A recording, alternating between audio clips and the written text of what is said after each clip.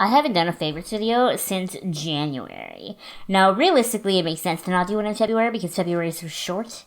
You don't really have time to get to know anything or do anything. So February makes sense to miss it, but it feels like so long since I've just sat here and talked to a camera about a non-makeup review type video. I almost don't know what to do with myself. I feel awkward. Yeah, it feels like a long time. February was a really busy month for me at work, so I didn't really have a whole lot of new products or new things happen. And then March was a really busy month for me outside of work, so there's been a lot of things. So let's just get started and talk about makeup and things I can physically show you, and then afterwards we'll get into media stuff. So I have a couple products I want to show you. The first one is a new hair product by Cake Beauty. I've mentioned Cake Beauty a million times on my channel, and they actually recently launched a whole bunch of new hair products, and I really wanted to try some out. So the two that I picked up that I totally love, both of them, is the All Powderful and the Wave Maker. Best of friend. So the All Powderful is basically a texture powder, if you will, / dry shampoo that you shake into your roots and then you rub in, and it helps conceal your roots, and it helps give your hair some more volume and texture, and also helps make it look less greasy. Now, I love this product. It's great. It comes in 3 shades. There's a blonde one, a medium one, and this one is the dark one. I will say this, though, that it does kind of get everywhere. So, when I use this, my hair is pretty freshly dyed, so I don't need to use it right now to cover my roots. But when I used it before, I would use it before I did my makeup because in dumping it on my head and then rubbing it in, I would end up with it all over my face. So then I would go in and wash my face after that. I would do this first thing in the morning, and then, then I would be okay. Also, if anybody touched my head throughout the day, which, I don't really love when people touch my head anyway because, often it's a condescending thing because I'm short, so it's yeah. Touch my head, now you have black all over your hand. How do you feel about that? Think about that next time you go to pat me on my head. But it does get all over anyone if they touch my hair, or if I touch my hair just out of habit, I would put my hand back and have all this dark powder on my hand. So just keep that in mind. I realize that if I'm gonna have dark hair, I'm gonna use a powder to conceal the roots / as a dry shampoo thing. That matches my hair. That's the nature of the beast, but just to let you know, this is a great product. And then the other one, the Wave Maker, think of it as the light version of the Wave Spray. This spray is intense. This stuff makes my hair huge and lasts forever, and it's great. But on days when I curl my hair or something, I don't really need as much volume because I've already done everything to give it volume. So this is the light version. That's kind of how I think of it. Moving on, if you saw last week's vlog video, you saw me buy the Art Naturals Makeup Setting Spray. It also was my review video, last week as well. So I had the review video up before the vlog video by accident, just because I was trying this whole lavalier microphone business. I wanted to know what you think. I didn't really get a lot of comments on the sound on that video, mainly comments on the product. So, tell me what you think of the lavalier microphone situation. You feel like the old mic better, whatever. Regardless, I really, really like the setting spray, and it was not expensive.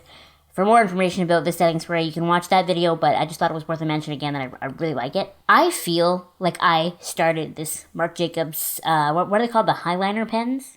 Yeah, highliner gel crayon eyeliners. I feel like I started this trend. I have been talking about these eyeliners on my channel for a year, because they were the free gift for your birthday at Sephora last year, right? So I have literally had that small one, then I had the free one since last March, and then when I finally ran out of it, I ran to Sephora and bought the full-size one.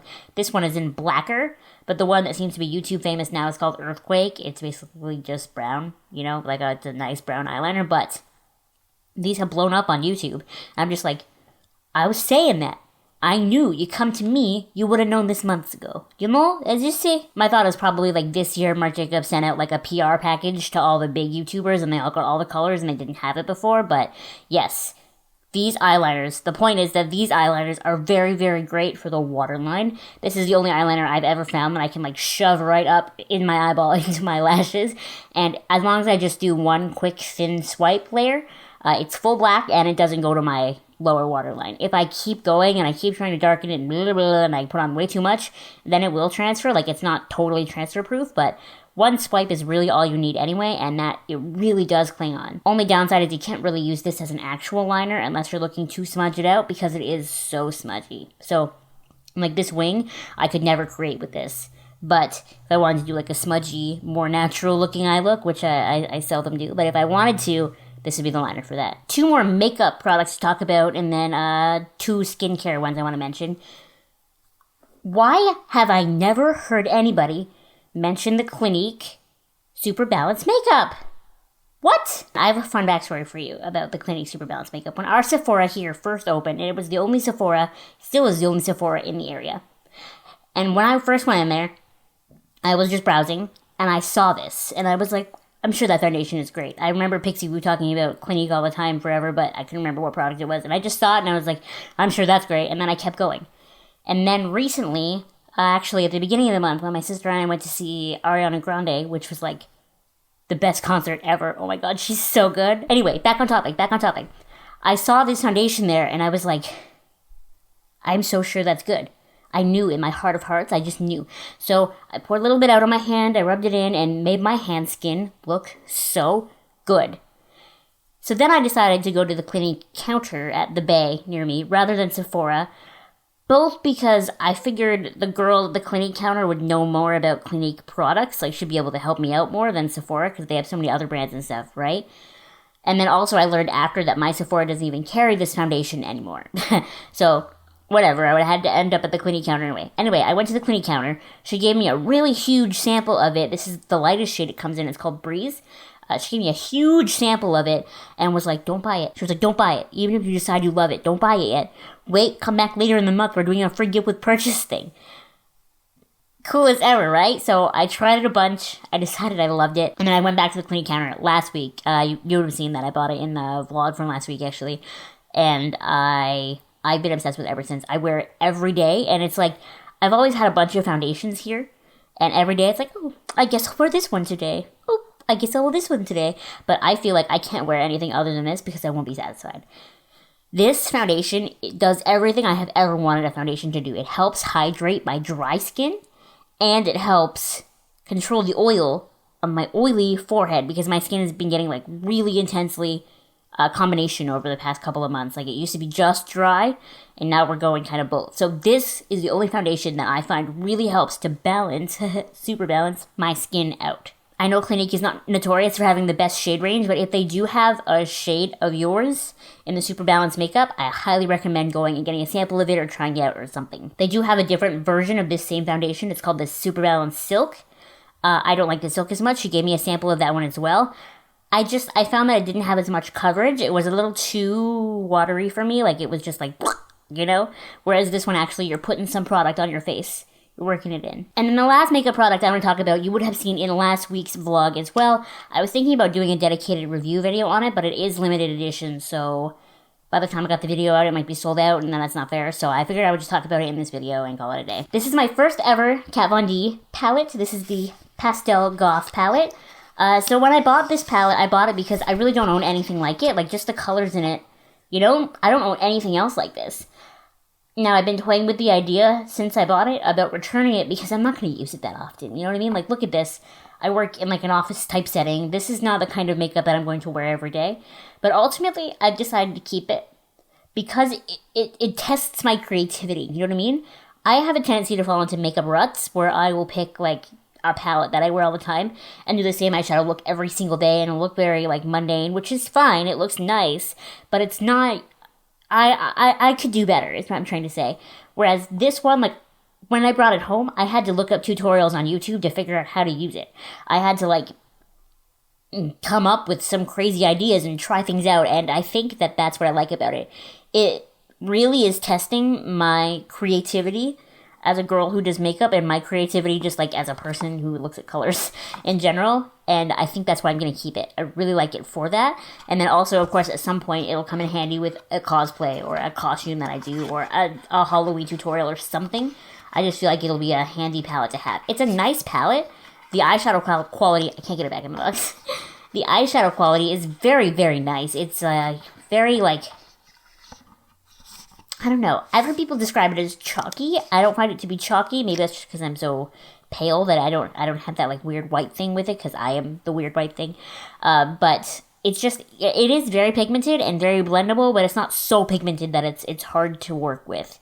I don't know. I think the formula of these is fine. I really like them. It's just a little harder to figure out than I thought it would be. Then lastly, I want to mention 2 skincare products. This is the Body Shop Vitamin E Serum in Oil. The girl at the Body Shop talked me into buying this because she said her boss had like a scar on her face, and then she started using this all the time, and it faded it. And so what I've been doing with this is I've been mixing it in a little bit with my night moisturizer, which is usually the hemp moisturizer I've talked about before. Just like a little bit in, and using it on like mainly the dry areas of my face to help kind of fade some of my acne scars.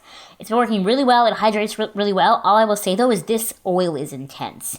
Like sometimes it's too much for my skin. Sometimes my skin is not dry enough for it, and I wake up like a greased chicken because it's just so intense. Something that's a little less intense, but I do really, really like, and I've been using a lot the last couple months. This is actually my second tub of it. I bought the first tub of it around Christmas, ran out, and then it was on sale the other day, so I rebought it. This is the Neutrogena Hydra Boost Gel Cream.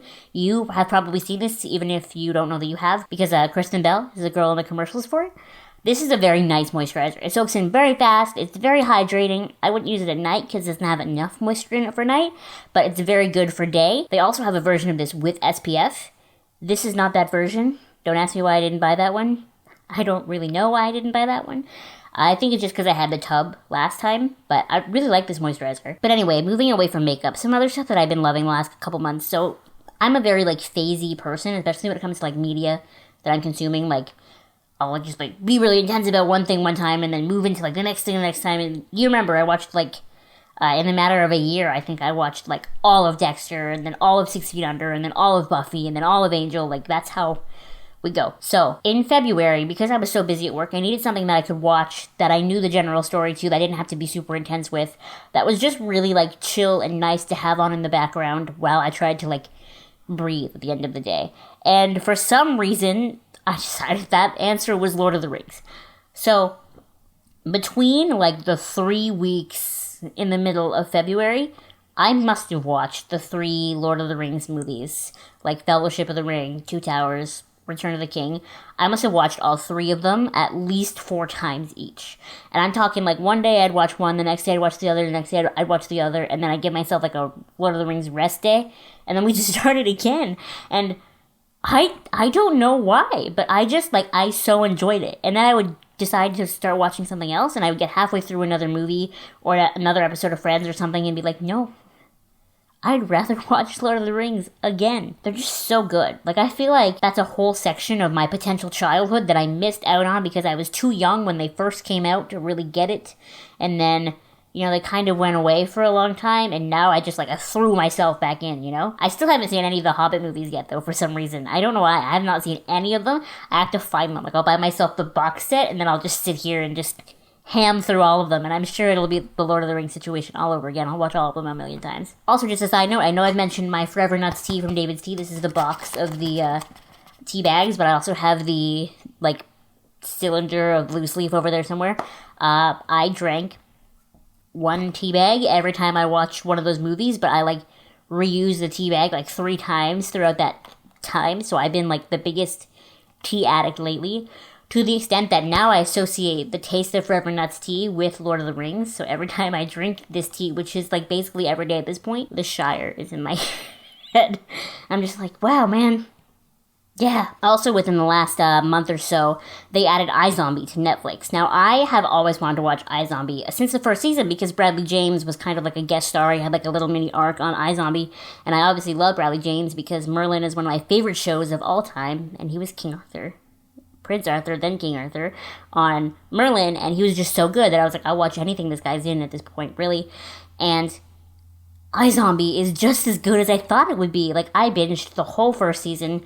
I'm about halfway through the second season now. I've been trying to pace myself because season 3 launches on the 4th. I think I heard the other day that season 3 will be airing on Netflix as it airs on TV, kind of the same way the CW has been doing with Riverdale, which is another great show. Kind of every week, they'll air an episode on CW on Thursday night, and then it'll be out on Netflix the next morning. I think they're going to do that with iZombie as well, which is fantastic, which means, every week I'm going to have a Riverdale and an iZombie to watch.